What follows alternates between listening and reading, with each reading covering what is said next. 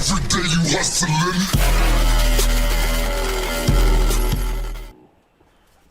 All right, ready to go. So, welcome, folks. This is Rocky, Crypto Hustle. I've got Zach here from Token Tax.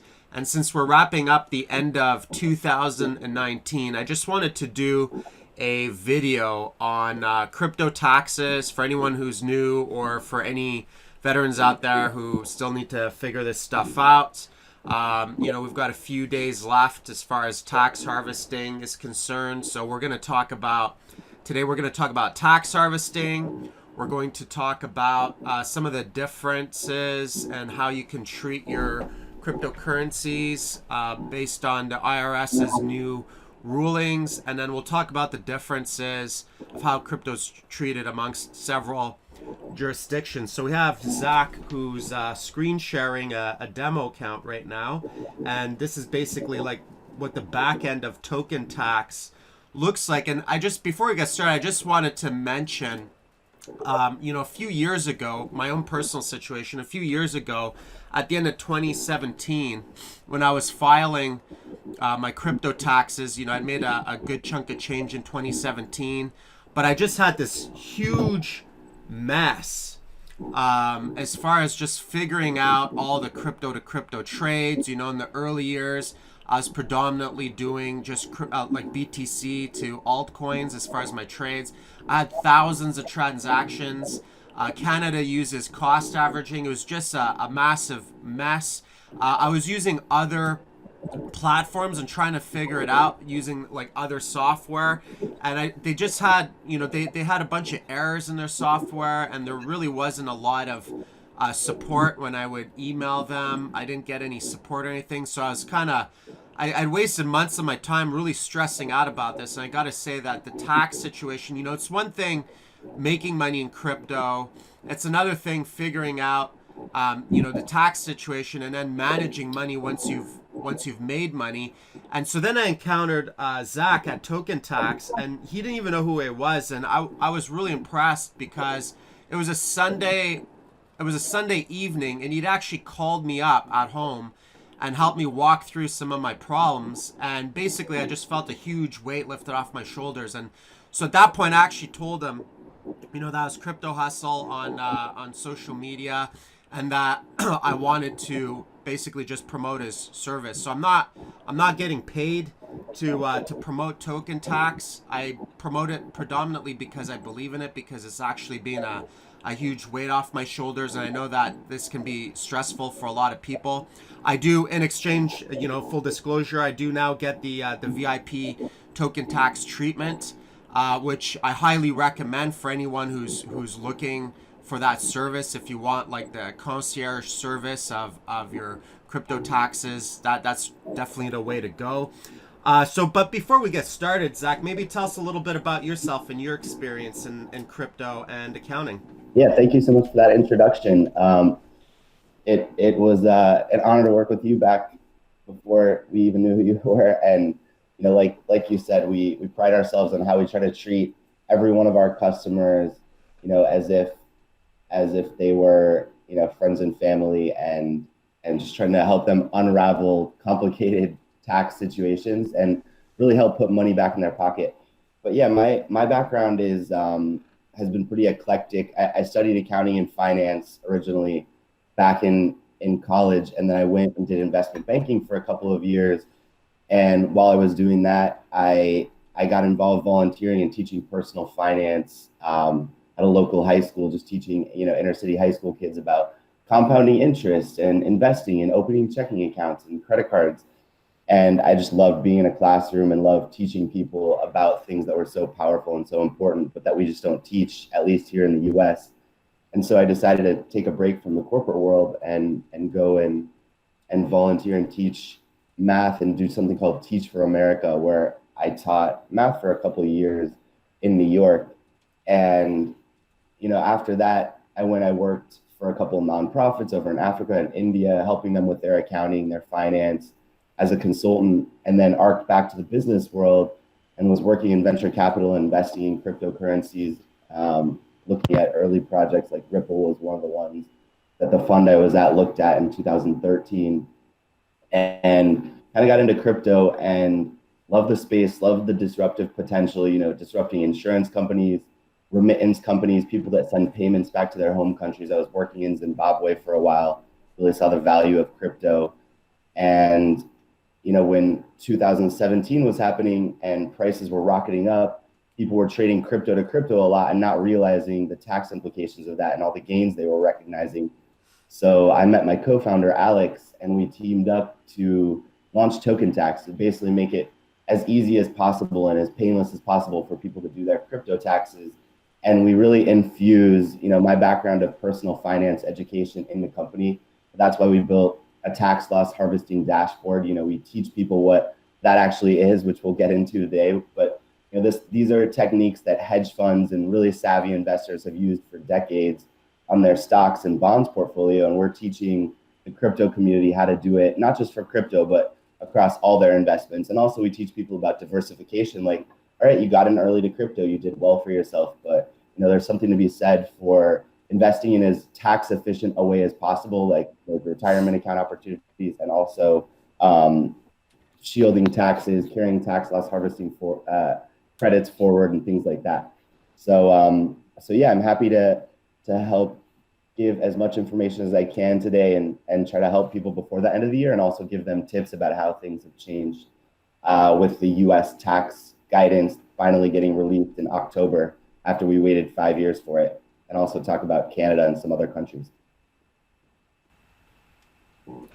All right, so perhaps let's talk about the recent IRS ruling. So I saw there was a lot of flexibility in some of the things that they had mentioned. Like, so for example, you can use like first in, first out, or you can use like specific coin allocation if you can link an address to a specific address. And, strategically, that seems like that gives traders or investors a lot of flexibility because, if you can separate out specific coins, you can basically, sell, the ones at a higher average than the lower ones, and so on and so forth. You want to talk a little bit about that? Yeah, absolutely. So, for years when accountants would do crypto taxes, it was so complicated that a lot of them would just do what's called FIFO, first in, first out, where they, order all of your purchases and all of your sells by date.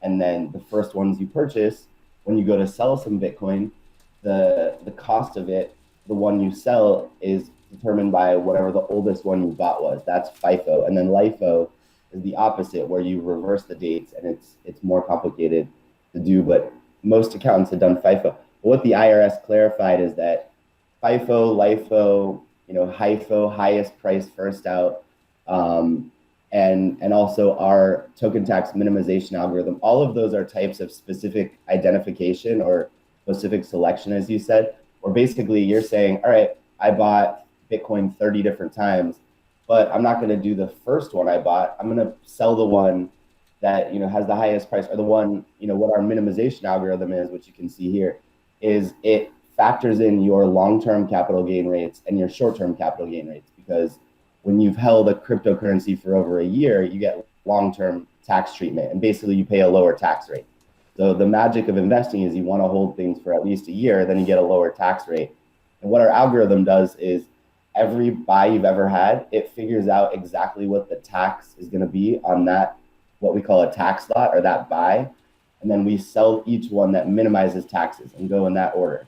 And so the IRS clarified, if you're able to track, which Bitcoin you bought and where, and exactly how much you paid for each one, which is like what our software does, what the token tax software does, you can use specific identification to sell with whatever accounting method you want. And just to be clear, if accounting methods are a Venn diagram, on one side we have FIFO, LIFO, minimization, as we call it, which is basically tax rate adjusted, highest cost first out.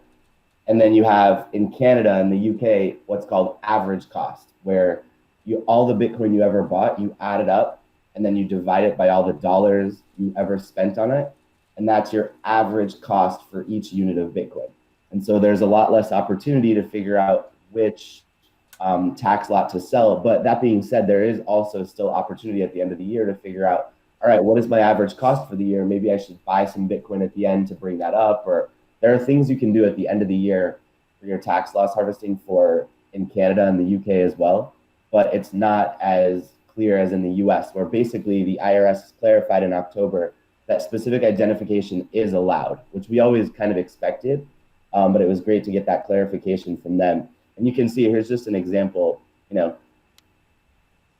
FIFO, the gain that this account had was negative 60,000 in 2019. So the tax loss harvesting trades have already been done. There's a loss of 60,000 total. But if we look at minimization, the loss is closer to 100,000. It's about 96 or 97,000. So, the exact same trades resulted in a $37,000 higher loss. And the thing about that is you own the same amount of cryptocurrency. This is literally just the accounting of which Bitcoin or which OMG or which Binance coin, you sell. And that's exactly what our software does. It helps you track this automatically. So you just upload all your data and we know exactly how much you paid in dollars or in whatever fiat currency in the country you live in. And we know exactly what you paid to help you sell the optimized order of Bitcoin, OMG, whatever coin you have to maximize these losses. And Rocky, you can roll these losses forward forever until they're used up blocking other capital gains or blocking ordinary income. So if you make 50,000 as a teacher and you've lost 10,000 in cryptocurrency, you can actually block $3,000 of that teacher income. So your income goes down to 47,000 that you owe taxes on, and then the other 7,000 just rolls forward until you have other capital gains, or you just use it up 3,000 per year in the US. So basically, if you lost money investing in anything, the government gives you a big chunk of that back. If your tax rate's 50%, you're getting half of that money back as like a credit from the US government, from the IRS. So, if you lost money investing, even if you made money overall, but if you lost money on a couple positions, it really makes sense to figure this out, figure out what you need to sell before the end of the year and get that shield, get that money back from the IRS or from the HMRC if you're in the UK or Canadian Revenue Authority up in Canada. Yeah, I think so. I think the US is you're limited to what, 3K for a year forward. And I think in Canada I think it's unlimited if I'm not mistaken for capital losses or capital gains, and I think you could carry it backwards up to 3 years or something like that in Canada if I'm not mistaken. Have particularly lenient rules. That used to be how it was in the US. Businesses could carry those losses back actually 2 years and claw back some income taxes they had paid. That's not allowed anymore. But yeah, Canada is a little more generous. But still in the US, yeah, you're limited to 3K, but it's still a great, it's still great to get, to get something back for your losses, and those losses never expire. So the capital losses keep rolling forward, and then they just keep shielding ordinary income every year until it's used up. And if you ever have a great investment or a great year, you can not owe any taxes on that. Like, let's say you buy Tezos, early in the year in 2020, in January, you think it's a good investment. It goes up 20%, 30% in a month or two. And you thought, wow, I thought that would take all year to go up that much. Now I don't know if I really love it as much. I might sell it. Well, you only held it for 2 months. You might have a really big tax hit because it's short-term capital gains. It's taxed at your ordinary income rate. It could be 40%, 50%.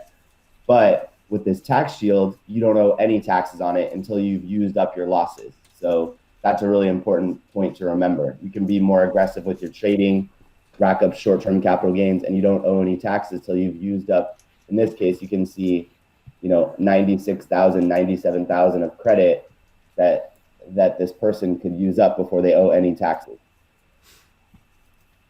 Interesting. So I think at one point you also mentioned that if someone was trading professionally in the US, that there could be some benefit to them doing it under an LLC. Yeah, there are a few benefits. There's something called trader status. So basically, if you're a professional investor in the US, and that's essentially your job, you're not limited to the $3,000 loss. Now, it's very hard to get this treatment, but basically, if you never hold positions over 30 days and you really are a short-term trader, and you made 80K somehow from another job, maybe a business you started that you don't spend that much time on, and then you lost, say, 50K, or like this user, if you lost 95K trading crypto, that all of that loss can be used to offset income.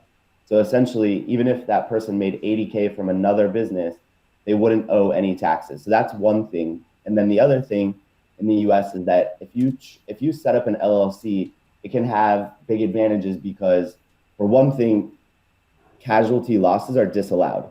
So if you get SIM swapped, or if you get, if you have crypto stolen from you, if you get hacked, but you don't have if you don't have an LLC or a business set up to do your trading, technically in the US, they've gotten rid of casualty losses for individuals. So basically, if your car gets stolen, you can't take it as a tax deduction in the US anymore. Nothing being stolen, no casualty loss, as we call it, is allowed as a tax deduction, whereas it used to be before the Trump tax cuts. And so now they had to get rid of that to balance out some other cuts they made on corporate income rates or whatever. So basically, if you have an LLC and you get crypto stolen, you can still take it as a deduction against income. Like, here's a quick example. Let's say I'm mining Bitcoin. I get 40K of Bitcoin throughout the year that I mined, and then I get it all stolen on December 30th. It all gets stolen today. Now, if you have an LLC, if you have a business, basically, or a C Corp, your 40K income will be wiped out by that 40K loss and you won't owe taxes. But if you're just an individual, if you're just a guy mining crypto, that 40K would be ordinary income from your mining business, and the loss would be a casualty loss. So it probably wouldn't be allowed.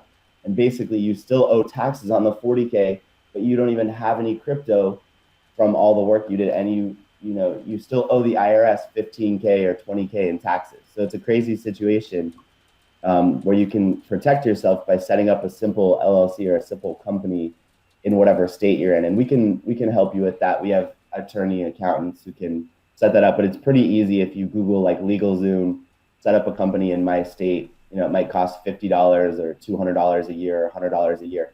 So if you're only trading $100 of crypto, maybe it's not worth it. But if you have thousands of dollars, it's kind of like an insurance policy to protect yourself. And you can set up a company in a state you're not even in. You're allowed to do that. If you're in California, it's $800 a year to have a company and have an LLC, but you could set up a Delaware C Corp or a Delaware LLC for far cheaper. If you have questions about that, that's a long conversation, but you can come to our website, tokentax.co, and on the bottom right of the screen, you can see we have a little intercom logo, a little chat icon, and you can always reach us there. We're pretty much there 24/7 if you wait a few minutes for us to respond. And you can just say, hey, I have a question about setting up an LLC or this or that. But yeah, that's the advantage in the US about trading from a company as opposed to an individual. Very, very interesting. Also, would you say that there's lower tax percentages as far as tax deferral if they open up an LLC, depending on which jurisdiction yes, you do it? sometimes, and certainly with now again, the US, we make our tax codes so complicated. Don't even get me started on the people that want it to be this complicated benefiting. Obviously helps token tax, I guess, in the short run. But yeah, so basically, long story short, sometimes, and C corporations now have lower taxes than they used to in the US. So there isn't necessarily that much of an advantage of LLCs versus C corps. But it kind of depends how many people are in your LLC. But I would say the short answer is it's not, setting up a business for tax reason or for tax rate savings is not necessarily the best thing.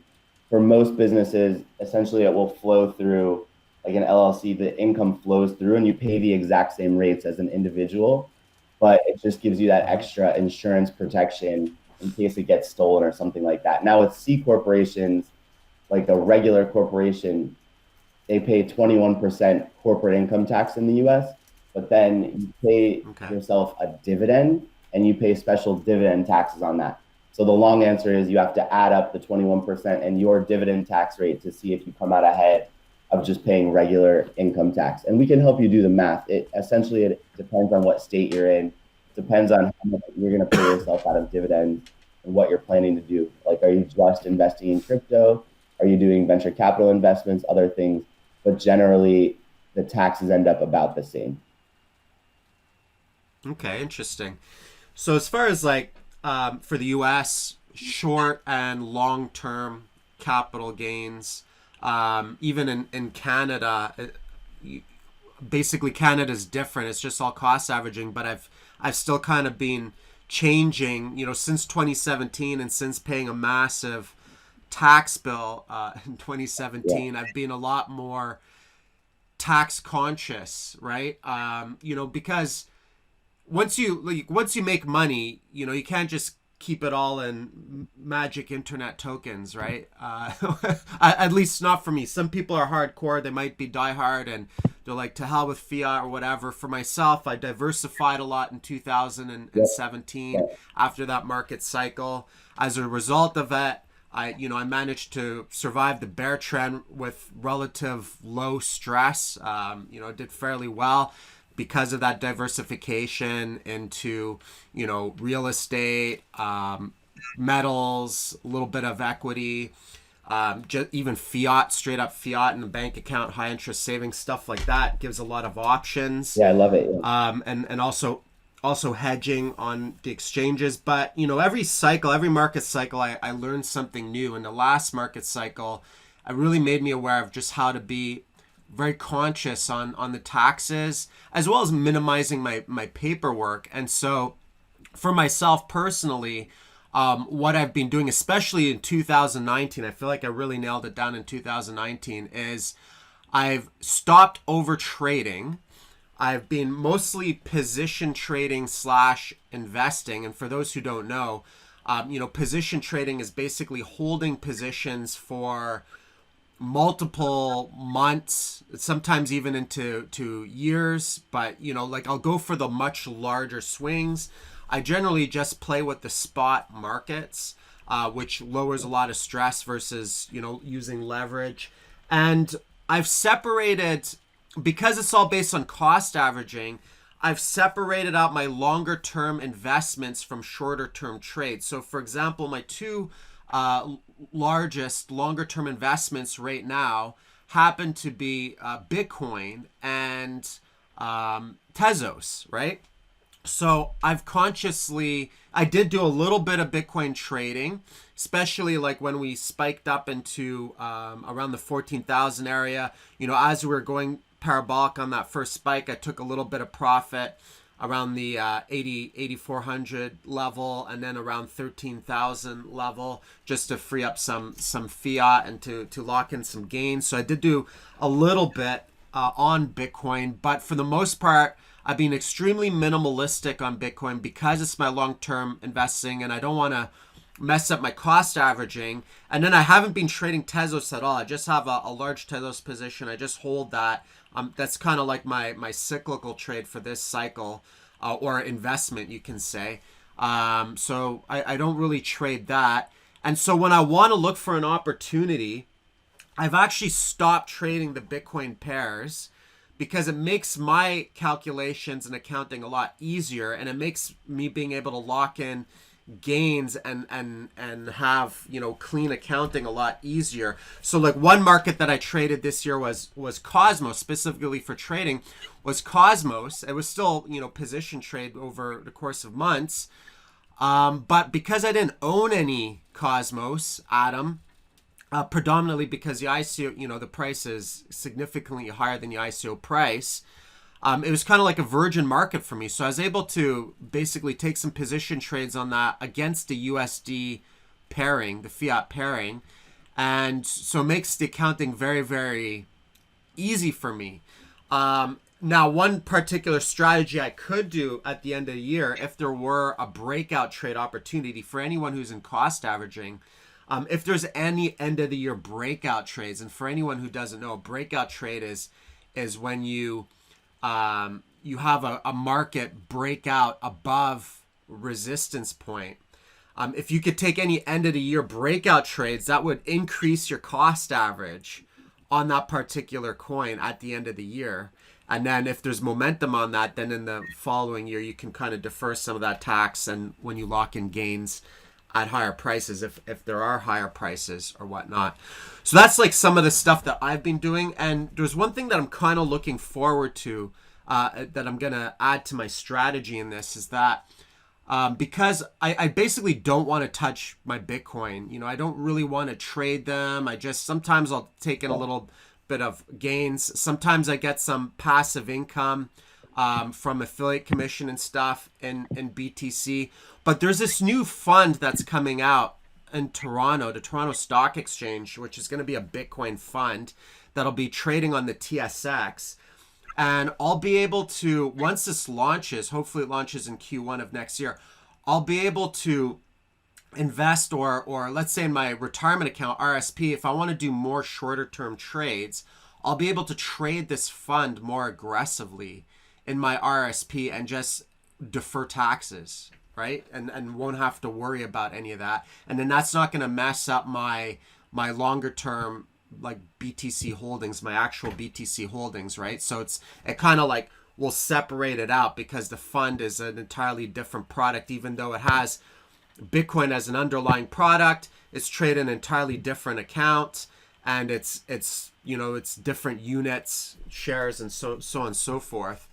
But one thing I wanted to maybe add to that is also, that's my own personal, I just want to share some of the things that I've learned personally as far as trading and investing goes with crypto. But for anybody who's in the US, if you have some longer term bags, it's probably best that you just hold those for the plus 1 year long-term capital gains. And then anything that you don't really care about, if you're trading and you consider something like a shitcoin and you don't really want to hold it, but you see an opportunity, perhaps those are better for the shorter term gains. So you don't muddy the waters and mix those up a bit. What would you say about that? Yeah, I think that's really great advice. And the tax advantages for holding a position for over a year are really substantial. In the US, if you're a student and your only income is capital gains, let's say you have 40K of capital gains, no other income, you could actually pay 0% tax rates in the US if you're in a state without capital gains tax like Texas or Florida. So yeah, and whereas if you had just sold it at 364 days, you might owe 10K, 12K, 14K in taxes. So, I think once you start mixing up your bags, the accounting becomes much more difficult to unwind and to check and to make sure, that's what we do and that's what our software is supposed to do. But obviously it makes it harder on everyone when those things are commingled. But yeah, that's really one of the only free lunches in investing, as we say, free lunches being like a risk-free arbitrage is just waiting for a position that's up, waiting to sell it till you've had it for a year and you get long-term capital gain treatment. Some other countries it's even more advantageous. Like in Germany, you pay 0% taxes if you've held it over a year, whereas short-term capital gains are taxed at ordinary income tax rates, 30, 40%.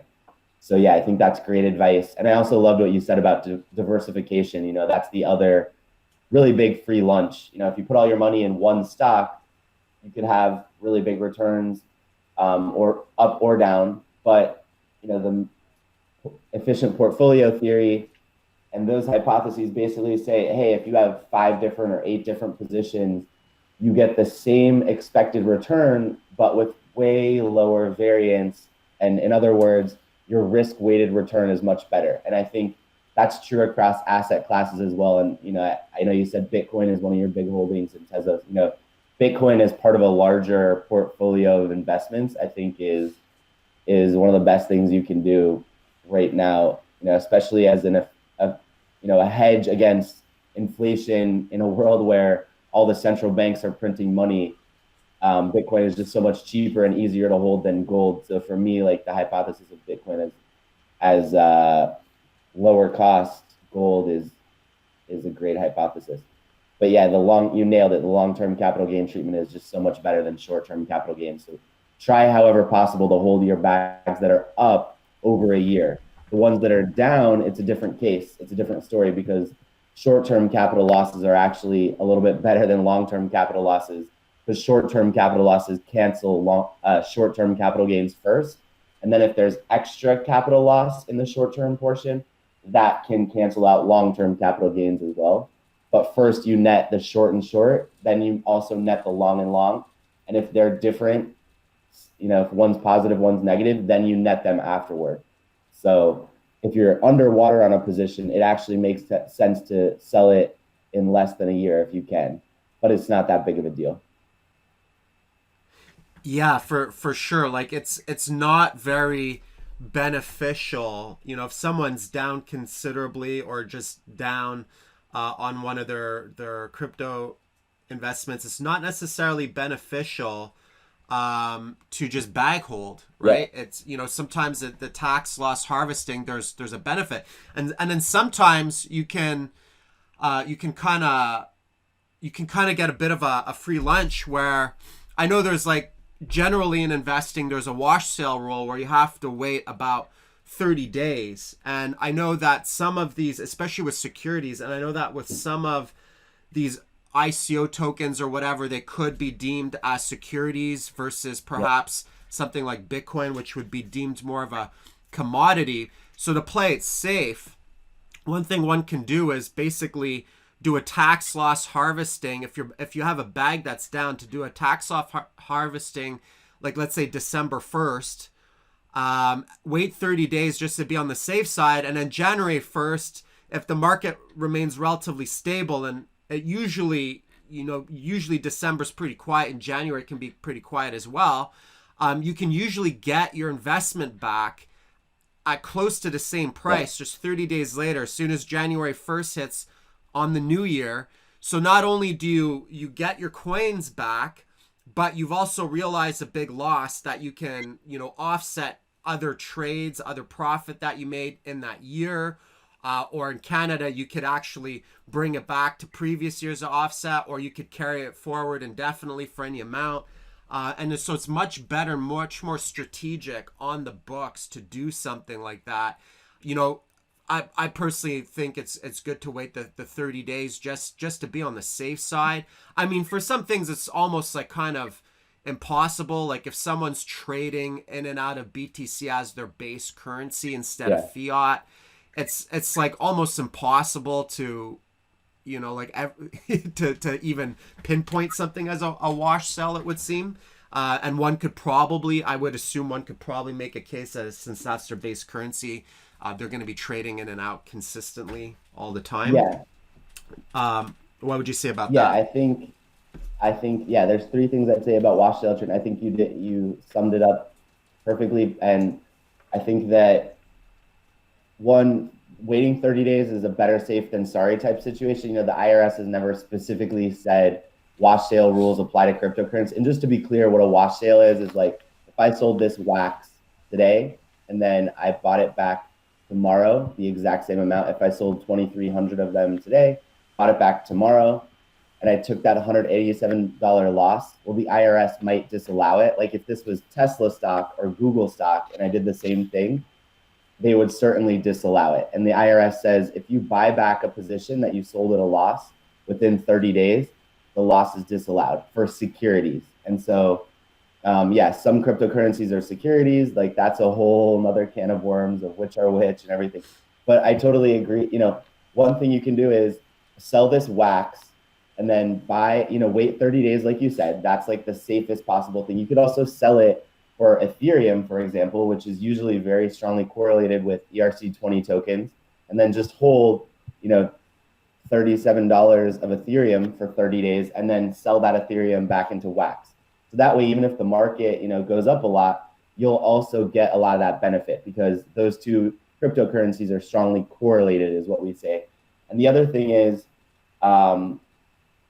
if you're talking about cryptocurrencies like Bitcoin, Binance Coin down here, Ethereum, cryptocurrencies that are mediums of exchange that you're often trading in and out of, I think from a common sense perspective, the IRS would be hard pressed to say, oh, we're going to disallow those losses for the wash sales, because it's like you're not doing it just to do tax loss. You're not doing it just to harvest losses. You're just trading in and out of it because that's the only way you can trade coins. So I think your intent actually matters in this case when the IRS hasn't given any clear guidance and it's kind of a gray area. It's like, hey, if I'm just trading in and out of Bitcoin constantly, that's just what I'm doing. It's not like a thing just to harvest losses. So, use common sense when you're doing it. If you're just obviously going in, selling, VeChain and taking a loss and buying it back the next day, well, that looks a lot more like a wash sale trade than if you were trading in and out of a bunch of cryptocurrencies and accidentally had an Ethereum wash sale. But yeah, basically waiting 30 days is the safest, and you can hold a correlated cryptocurrency during that time to get most of the upside. And don't worry about, accidental wash sales. I think they're going to be pretty lenient about that. But, hedge fund clients and people that are a lot more sophisticated are watching these things closely. And we have that ability in our software to set that up. And it's also in the UK, for example, I should mention, they have something simpler called bed and breakfasting. And, know your local tax jurisdiction. You can come talk to us about that if you're not in the US. But yeah, that's exactly right. That correlation is a very, very good point, especially since a lot of the altcoin markets just tend to be correlated to Bitcoin. And another thing I want to mention too, as far as like the long-term capital gains thing, I feel personally, we're at a pretty good point in the market cycle where it makes it a lot easier to be able to hold quality positions for a year plus versus, let's say, that the beginning of 2018, right? Where doing so would just be a train wreck. Holding anything at that point, aside from fiat and going in for shorter term bounces and stuff like that, or shorts or whatever, would have been disastrous. And so obviously at the end of 2018, tax loss harvesting, especially the short-term stuff, was probably a much, much better play than just bag holding garbage into oblivion. Yeah. There was something that seemed a little bit controversial that the crypto community seemed up in arms about. It was the whole airdrop thing, where the IRS was saying that airdrops are taxable when you receive them or whatever, and some people are saying, well, there's airdrops happening all the time, and I kind of, and some people don't even want the airdrops, and I kind of made the analogy that, receiving airdrops sometimes, if you have Bitcoin or whatever, could be equivalent to getting coupons in the mail, like unsolicited crap that you don't want. Like there's all kinds of, I hardly even look or touch airdrops because most of them are worthless. And then, there's also the argument of like, well, how do you determine a market value of the airdrop if there's no actual market live at the time? Or what if there is a market, but the market is completely illiquid and you have this paper value that's saying, hey, you owe X amount of money from this airdrop, but there's only like, $5 on the order book and liquidity or whatever, so it's on paper. What would you say to that? What's your thoughts around that airdrop ruling? Are people misinterpreting this, or what would you think about that? Yeah, crypto Twitter was definitely up in arms back in October when the IRS finally gave the guide. And again, to give the context, the IRS said in 2014, hey, cryptocurrency is not, Bitcoin is not a currency, not like dollars or fiat where you have a de minimis exclusion. So gains under $200 are excluded if you're over in Europe and you're like an American buying things with euros. You have a tiny gain each time you make a purchase for water or for a croissant or whatever. You don't have to report all those gains to the IRS. They have a rule for that. And basically the IRS was saying cryptocurrency does not fall under that rule. You have to report every single transaction. So that's all we had from 2014 till this October. And then this October, and we just had to use common sense for everything else, including the Bitcoin Cash fork, every airdrop. And then what they clarified here in 2019 is that, all right, all forks and airdrops should be ordinary income or should be income when you get it, other income. So basically, like when you got the Bitcoin Cash fork, and that one's obviously complicated because some people didn't get it till December. Some people got it in August when the fork happened. And airdrops are extremely controversial to me. They basically said, yeah, whenever you get an airdrop, that counts as income. You owe taxes on it, and it's when it's received. That's how they wrote the rule. So the way that we look at it is, hey, if you had a wallet and you never even knew you got the airdrop and you never did anything with it and you never even knew it was there, well, you essentially, you can argue that you never received it. And the the argument is a lot hard. Like if you get it in your Binance wallet and then you sell it, well, to me, you've definitely done something with it. And in that case, you got it and it should be income when you received it. And then the gain and loss is calculated when you sold it. It's kind of like in the US, we have American football, and it's like a catch happens when you catch the ball and make a football move, like make a spin or take 3 steps or whatever before the ball gets knocked out. And I kind of look at airdrops the same way. And we use common sense again. If the government says, hey, you got 10 Bitcoin cash, but you didn't even know you got them, and you never sent them anywhere, you never even opened that wallet again, I think you have a pretty good argument to not owe the taxes on it.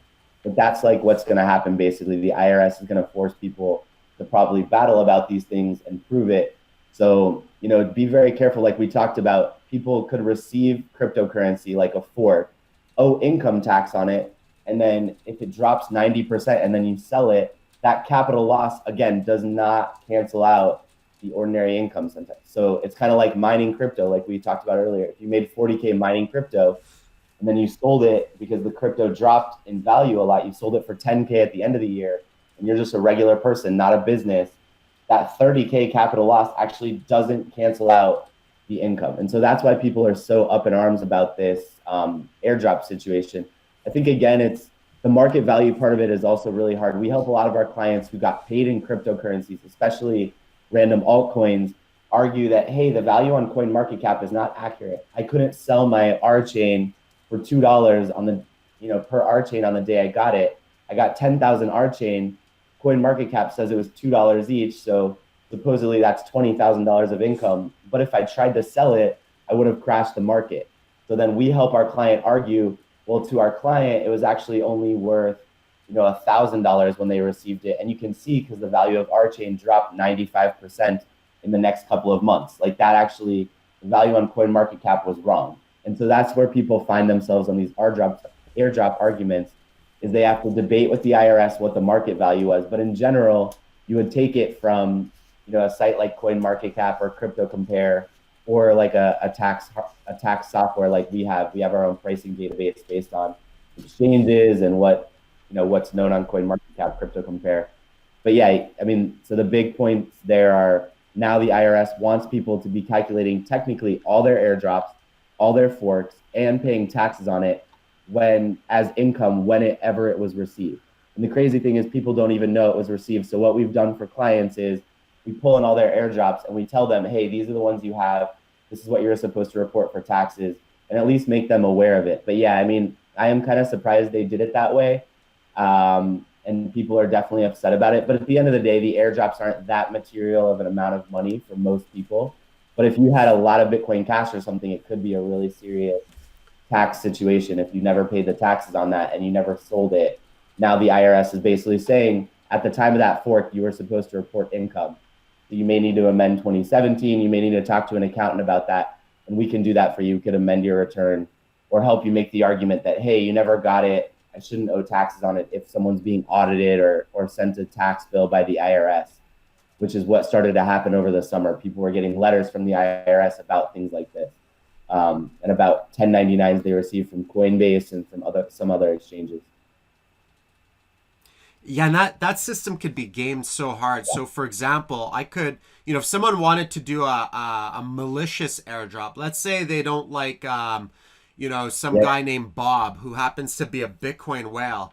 And he's like, I'm going to go, first I'm going to go out and I'm going to create this token and have it listed on some, bottom barrel shitcoin exchange. And we're going to do a market order before the airdrop on this with the pre-mine or whatnot for $1. So it has a market price of $1.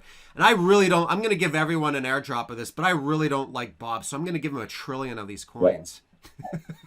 Right? Suddenly, does Bob suddenly owe $1 trillion worth of, taxes on some garbage coin that was unsolicited, some coupons dumped in his mailbox that didn't even want, there's a lot of Bitcoin maximalists out there who don't want Bitcoin Cash, who don't want BSV or any of what they would consider shit coins out there, and on, just out of principle. And then I've, sometimes you look at an Ethereum wallet And you see some airdrops that are literally spam, like, Bob's Cleaning Service.com or whatever as an Yeah, airdrop, some token, right? yeah, So it is kind of like a form of spam. And I feel like unless someone goes out and they plug their private keys in to actually consciously do something to, like you said, catch the ball yeah, and exactly. receive these coins, I mean, it just seems ridiculous to assume liability for stuff that people might not even want or be yeah, aware and of. I think it's a clear situation where like the people writing these guidelines probably didn't anticipate. They probably maybe they don't even know how many airdrops are out there.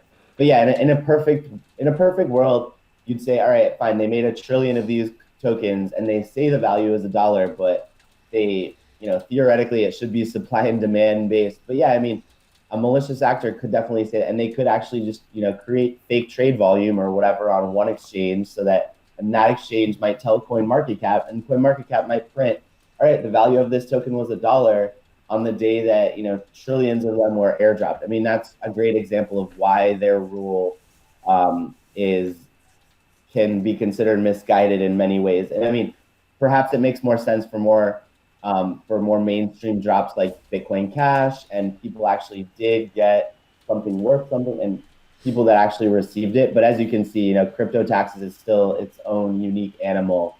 And yeah, if a malicious actor did that to you, the $1 trillion drop. And the sad thing is, you'd have to get an accountant and basically argue with the IRS that, hey, this was actually not worth $1 trillion, because if I tried to sell it, I couldn't get anything for it. So the market value is really zero. And then it becomes like, it could be even a legal battle. And I mean, it's pretty sickening to think that that's how our system works. But yeah, I mean, at least you wouldn't be totally screwed, and you could make the argument to protect yourself. But I hope there are no malicious actors out there hearing that and trying to now plotting their next move. But yeah, I mean, it's a perfect example of why this is pretty misguided. And the other big thing is, like, maybe it really was worth, let's say they airdrop you $1 million on one day. You didn't know you got it. And then you realize 8 months later when it's worth 100,000, and you go and you just click sell all my whatever, sell everything I have in my Binance account. Now you've sold it. You have a $900,000 capital loss and $1 million of income, and you're totally screwed. And you didn't even realize, you didn't know what it was worth when you got it. That's a good example of things that have really happened. Like, a lot of people got airdrops in their Binance account. They didn't sell it for a year, 6 months, however long. Once they sell it, now it's like, well, you did get that airdrop at that time. These people have technically thousands of dollars of income, and they only got a couple $100 from selling it. Now they have a massive capital loss that they can't, that you're limited on using, and you owe gains on the taxes from the time of the airdrop. So it's kind of, yeah, it's a pretty messed up situation, even without malicious actors doing crazy stuff like you talked about. Yeah. Another thing people can do too, like let's say they end up with some kind of illiquid altcoin or whatnot, and it's got a paper value on CoinMarketCap, but it has no liquidity. One thing they can do possibly is go to whatever exchange is trading on and take a screenshot of how thin the order book is, just to Yep. document it, right? And be like, hey, look, there's only like $100 of liquidity here on the buy side, right? And yet it's saying I own X amount dollars of this liquid coin, and that would be, maybe that would be good for something like microcaps, which have kind of a paper value but no real liquidity to them. And let's say someone receives a microcap for whatever reason, let's say even just as like payment or whatever, but it has no liquidity, and they're just holding it as a longer term thing, to waiting for it to increase in value and possible liquidity. Perhaps that could be help their case if they document that with some Yeah. screenshots, and also show like their intent as Yeah, well. you're exactly right. Yeah, screenshot the volume on certain days so that that data doesn't get lost. Especially if you're like a marketing person working in crypto and somebody pays you in a new project, and they give you, and even if they haven't sent you the crypto but you sign the contract, like, I'm getting 100,000 X token on this day. Go to CoinMarketCap, go to Crypto Compare, screenshot the price, because that's what the IRS eventually someday, if they're auditing you, they'll Google what was the price on this day, and you can show, look, yeah, I got 100,000 of them. The volume that day was 50. There was no way I could have sold it at that price. And I mean, realistically, a lot of people are in battles like this with the IRS right now, because they got tokens that were that were, according to CoinMarketCap or whatever, worth so much more than they were actually worth. And now the IRS is just going to say, hey, you told us you got 100,000 OMG on this day. Why didn't you pay taxes equivalent to that for the, and, realistically, then they never sold the OMG and they're, underwater massively on the position, and they never could have because they were getting paid before it was even publicly listed and things like that. So document. That's the best thing you can do with the IRS, and just anticipate situations like this. I wish there was better advice, but yeah, you're exactly right on what you should do. And save it in a Word document or whatever, so you can reference back and you don't have to figure it out 2-3 years later when the IRS or the CRA finally come calling or sending their letters. The IRS this upcoming year for 2019, there's actually a question now on the first page of the tax return, what we call the 1040, that says, do you have any cryptocurrency trades, in transactions, or income of any kind? And it's just a yes or no question. And so basically, if you start saying yes on this, I think you can expect the IRS to start saying, hey, what about this? Taking a closer look at your return. So, they're getting really serious about cryptocurrency. On one hand, it's a sign that cryptocurrency is continuing to go mainstream, and it realistically is here to stay. They're not going to take that question off next year or in 2 years, no matter what happens. So it's a really good sign for the industry as a whole. But at the same time, you really need to protect yourself and be careful to not be overpaying your taxes or paying taxes on things you basically never got, on income you never really had, that it just looks like you had. So yeah, that's a great point to wrap on. Yeah, for sure. Absolutely. Perfect. Well, really appreciate you coming on and clarifying some of these points, and also the service that you're offering. It's an invaluable service. It's like I said, it's one of the best that I've seen out there. The support that you guys offer is definitely on point. For anyone who's not familiar with it, tokentax.co is the site, and they have different packages you can get. And I'm just really happy with the service. I'm not even using, they have an affiliate program and stuff. I'm not even using the affiliate program. Like that's how much I like it. I just want people to get peace of mind. And this is a thing in crypto. Sometimes the services that you get are so shitty that when you find something that's of high quality service, and like I said, I was really, really impressed. He didn't even know who I was, and he called me up on a Sunday. Didn't have to do that. Sunday afternoon, Sunday evening, and it was just a huge stress relief for me, really, because I was just I spent months racking my brain, pulling my hair out, trying to figure this stuff out, and just to have that kind of help with it and get all my numbers figured out. Because when you've got you got a big massive tax bill and you're dealing with all that stuff, and it can be really stressful at times, because we're dealing with really high level accounting here. This is not, I think, Zach, you told me at the time that this is the type of accounting, doing crypto trades is the type of accounting that, hedge funds would be expected to do if they're trading Apple stock for Google stock type of thing. Most normal retail investors or traders are not expected, in the normal financial world, are not expected to understand this higher level accounting stuff. Usually people have, teams of lawyers and accountants to deal with this stuff when they're dealing with it on that higher level. You go out and you have an investment account with a broker or whatever, you're just going to get a simple form that just tells you what you owe type of thing. With crypto, it's just on a whole other level. In a perfect world, the crypto exchanges will start actually giving useful forms that show exactly what your gains and losses are, and then it's just as easy as, hey, on TurboTax, just let me give this to my accountant. But yeah, right now it's still so sophisticated, so complicated. You need to connect all of your trades across every exchange. Every exchange gives them to you in a different format, and then figure out exactly what your cost basis was for, and not just your trades, but also if you ever purchased anything, ever paid anyone. And so, no, but thank you so much for the kind words. As we're a bootstrap startup that, we're just focused on growing the team slowly, pouring all the money we've made into hiring more accountants, more crypto tax experts, engineers to add more functionality to our platform, like that tax loss harvesting dashboard we added last year. No, we love helping the crypto community and helping everyone who's involved in the space figure out their taxes in as painless a way as possible, and just be a resource to answer questions and try to add value to the community. So it's really my pleasure to be on here, and thanks so much for having me. And please feel free, if you have any other questions, you can always email me at zac@tokentax.co, zac@tokentax.co, or you can email Rocky and Chris, and he can pass along the questions. I'll be happy to answer them. Or you can come to our website. And like I said, on Intercom on the bottom right, my team and I are always there to help answer questions or help you figure out things, even for the next 2 days while you're selling your positions that are underwater, your last minute tax loss harvesting in 2019. So thanks so much for having me on today, Rocky. Absolutely. Appreciate having you on, and I'll talk to you later. Take care, folks. Have a great Happy New Year's. Happy New Year's. Cheers. Thanks.